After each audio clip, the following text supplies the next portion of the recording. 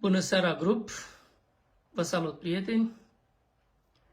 S-a pus problema de ceva timp în urmă cum să avem clapele mai ușoare, mai curate, mai...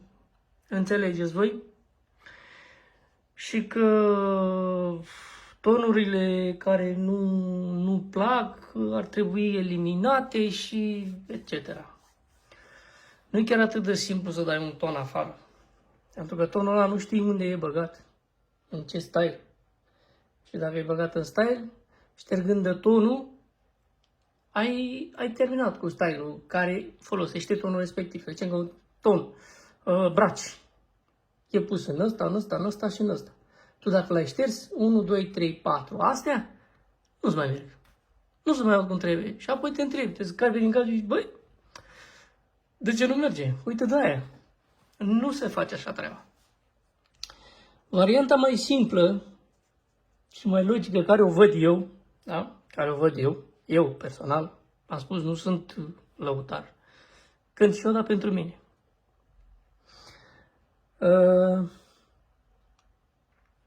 Varianta mai simplă și mai logică care ar trebui curățare style. Da? Facem curățenie în style. E mult mai simplu. Mult mai ușor și în felul ăsta ești sigur că elimini tot ce e în plus. Pentru că, așa le zic eu, tonuri fantomă. La tonul fantomă, hai să luăm un folclor. Hai să luăm pe asta. Să-i dăm drumul. Deci ăsta e stilul, da? Tancă. Variațiile 1, 2, 3, 4, da?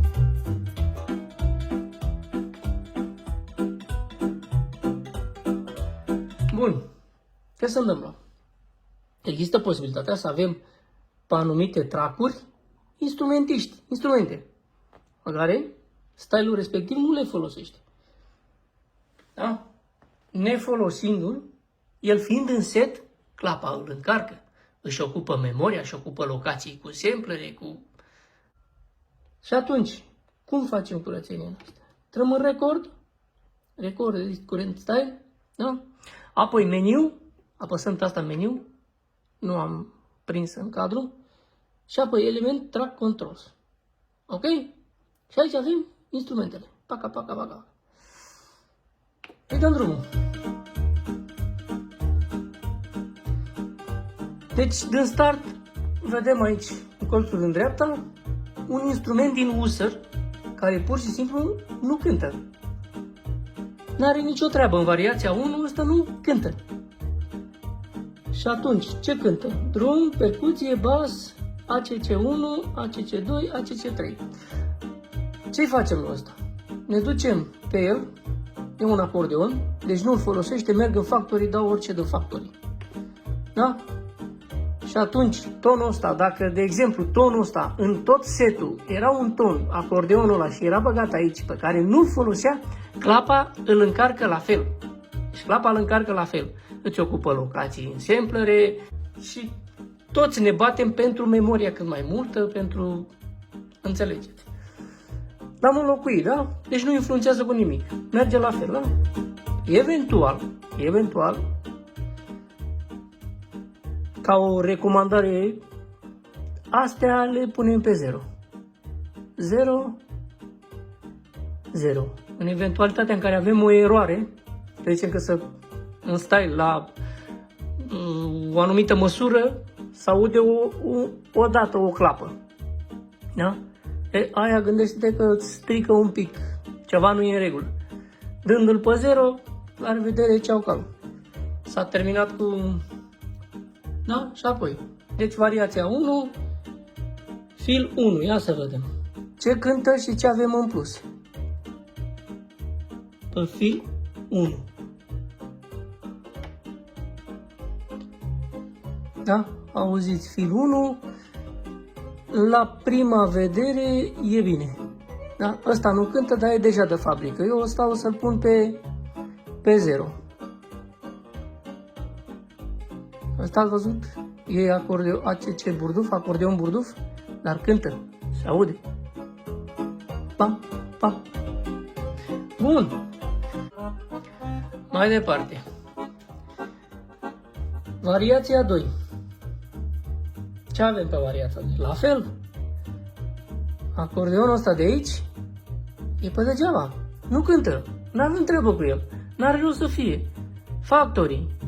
Orice dăm factorii. Oricum nu-ți cântă, îți e egal. 0, ăsta la fel. 0. Mergem pe 3. Ia să vedem. Pe 3 ce avem? Uite, pe 3 avem de factorii deja. N-avem decât să umblăm la, cum am zis, la recomandarea mea. Punem și pe astea pe 0. În rest toate funcționează. Hai să dăm repede și 4. Ia uite la 4. Le avem pe amândouă. La 4. La variația 4. Și atunci, ACC 4, ACC 5. Pe ele. Viuri. Ați văzut, viuri. Asta ce mai e? Bass cancel. Ce să caute bass aici? Sunt tonuri fantome. Vă umple seturile de tonuri care poate nu sunt utilizate. Hai să fac și filurile. La 1 parcă l-am făcut, hai la 2. Ia să vedem, la 2. Ia uite-l. Burduful ăsta. Aici nu cântă. Aici da, uite-l. Odată dacă ți-a licărit, ține cont. Odată dacă ți-a licărit, ăsta e suficient. Lasă-l în pace. Și atunci, factorii. Orice dăm factorii, că oricum nu contează. Și cu asta. Mai departe, la 3. La variația 3, fil 3, da? Deci menținem apăsat. Asta deja e făcut. Nu. Trebuie să înlicăre butonul aici, da? Menține apăsat. Ce avem? Ăsta. E deja făcut. E bine. 4. Ia să vedem la 4. Uite, la 4. Din nou avem același acordeon burduf. Mergem în factorii. Eu așa le fac. Și apoi toate la rând. Break. Uite, break. Este exact la fel. ACC 4. Pum. Pian. Ok și gata. S-a rezolvat. Mergem la intro 1. Ce vedem la intro 1? Deci e pe bune toate. Intro 2. Urmărim. Deci aici toată formația cântă, da? Aici la fel. Hai și la el.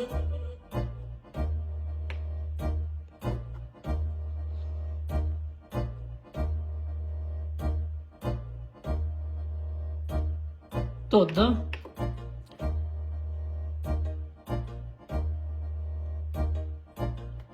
Asta e tot. Ia uite ce avem aici.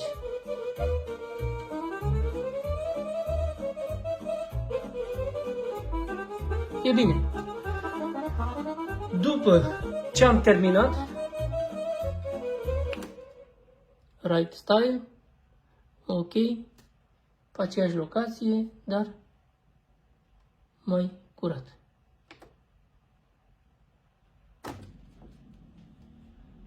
Ok. Și style-ul se aude foarte bine.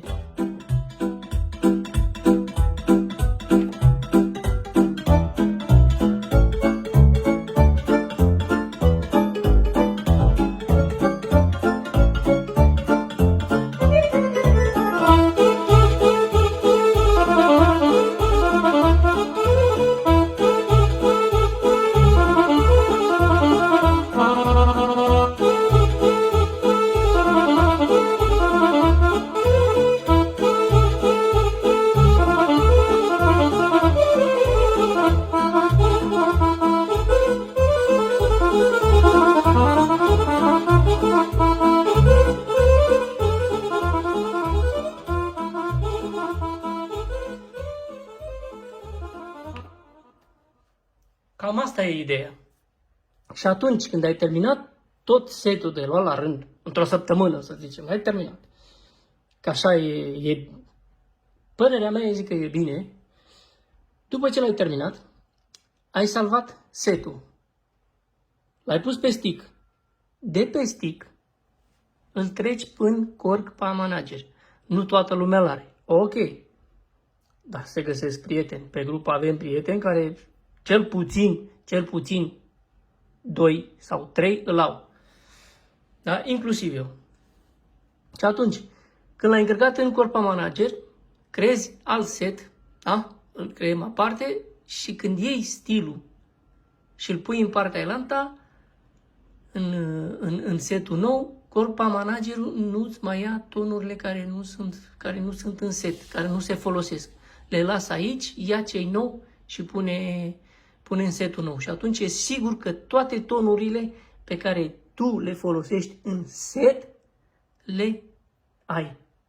Și atunci ai eliberat memorie, ai eliberat locații în sample și etc. Ca recomandare, după ce ai terminat de curățat de așa, ca recomandare, intră puțin în sound, record și la sample. Și apoi începi și cauți goluri. Dacă găsești sample în gri, îl repari. Da? Întâi îl repari. Eu nu cred că am, că aș face de Rubens aici.